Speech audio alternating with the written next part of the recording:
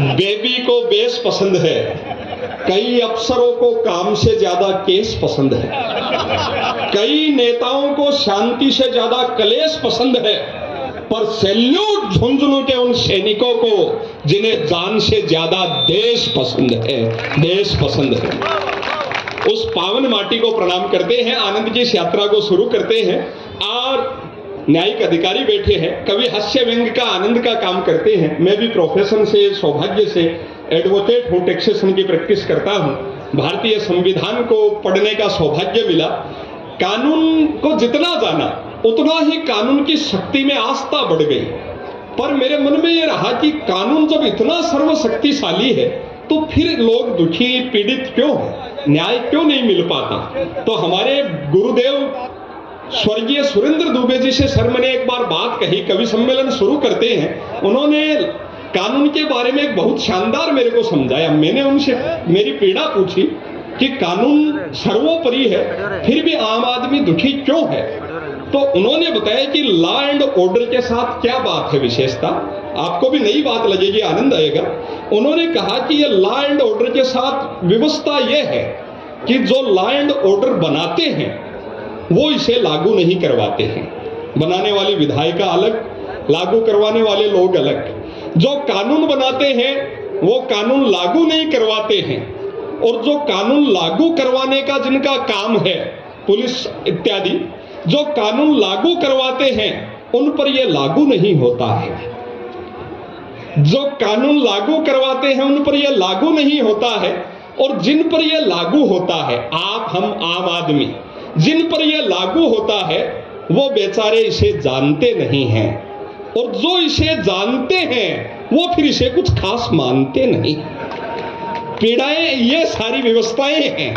तब उसके बीच law and order को संभालना बहुत महत्वपूर्ण जिम्मेदारी का काम हो जाता है। आदरणीय न्यायाधीश महोदय राजेश जी सिंगल साहब, बहन स्वाति जी पारीक, इनकी पावन उपस्थिति से इस कार्यक्रम की बहुत गरिमा बढ़ी है। हंसी आनंद के इन पलों को आगे बढ़ाते हैं और इस यात्रा को शुरू करते हैं। सिंगल साहब तो पारिवारिक न्यायालय देखते हैं। पारिवारिक न्यायालय में परिवार की लड़ाई के मामले आते हैं, उनको समझना वो भी झुंझुनू जिले में बहुत मुश्किल है।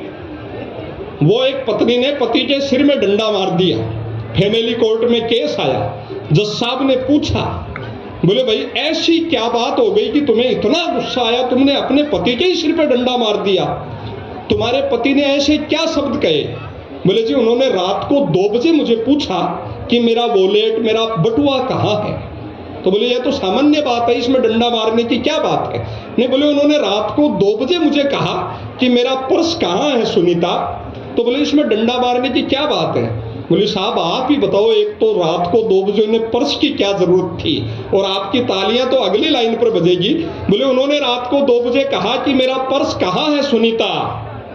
तो बोले इसमें डंडा मारने की क्या जरूरत थी। बोले साहब मेरा नाम सुनीता नहीं मंजू है। तो जो बड़ा बड़ा विचित्र है काम झुंझुन। कई लोग तो ऐसे कलाकार होते हैं जज सबको न्याय दिलवाते हैं, पर अठे तो जो झुंझुनू के न्यायाधीश के लिए बहुत कठिन काम है। अठे तो ये की स्थिति है, मैं भी वकालत करूं जिका लोगा का मैं खेत का बंटवारा को अकत्याग भरवावा, मृत्यु होगी जिका बुजुर्गा की बाका फोत का बाका मृत्युनामा भरवावा, जिको बेटो 3 दिन पहले जिको भी को दाद आपका काको जी को अखनामो बरागो की मालडा काको जिन तो गुजरे ही 16 बरस होगा, तीसरे दिन वो काको कोर्ट में आवे भया थे भी की पाती मत कर दीजिए रे।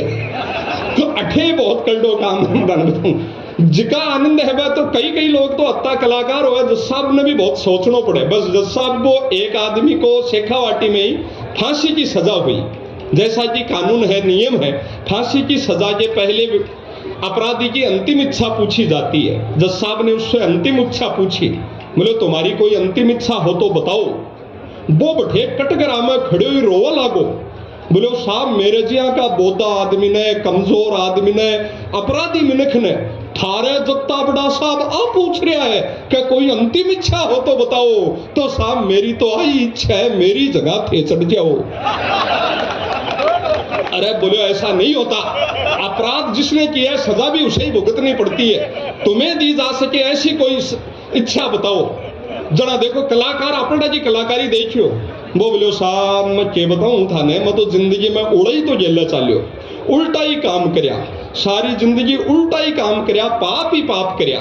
तो मेरी यह सुनेड़ी है कि बठे हरिद्वार में कुंभ को मेड़ो भरेर बिमा स्नान कर ले तो ये मिनखा जोन का पाप मिट जाए। तो मेरो मन है कि फांसी के पहले मैं एक बार हरिद्वार में कुंभ स्नान करना चाहूँ। जज साहब कैलेंडर देखो, बोले हरिद्वार में तो कुंभ का मेला अभी 6 महीने पहले भरा है, 12 साल बाद भरता है, 11.5 साल बाद भरेगा। बोलो साहब आराम हो भर दो, मेरे भी क्या उतावड़ है। अरे बोलो ऐसा नहीं होता, तुम्हारे साथ तुरंत पूरी की जा सके वो इच्छा बताओ, अब क्या सुनियो भी कितने। बोलो साहब मैं तो उल्टा ही तो काम करया, उल्टा ही जेल चाल्यो, और मेरी माँ बताती कि मैं तो जन्मेड़ो भी उड़ो ही हूँ। तो साहब मेरो तो वही मन है, आई अंतिम इच्छा है कि मेरी मरती टाइम भी वो उड़ा रो काम ही राखो, मेरा उड़ा के ही फांसी दो, मेरा पंजा ऊपर राखो, मेरा सिर नीचे राखो। तो जो आनंद है अपनी माठी का बस है ना आपा जीवा, हंसी मस्तियां कण में बिखरी पड़ी है, समय की अपनी सीमाएं हैं। इस काव्य यात्रा का शुभारंभ हम करें, हमारे बीच हमारे अपने, हमें सौभाग्यशाली है कि झुंझुनू को ऐसे पीआरओ जनसंपर्क अधिकारी मिले हैं जो काव्य के बहुत अच्छे सृजक हैं, राजस्थानी साहित्य एवं भाषा अकादमी के सदस्य रहे हैं और बहुत अच्छे, जैसा मैं बता रहा था, गजल सृजन करते हैं। तो हम शुभारंभ श्री गणेश अपनों के साथ ही इस मुकाम पर करें। समय की सीमाएं हैं, अपने मन की श्रेष्ठ और अच्छी रचना आप सबका मन हो कि वो हमें सुनाए। तो एक बार सारा सदन हिमांशु सिंह जी को अपनत्व की जोरदार तालियों के साथ बुलाए।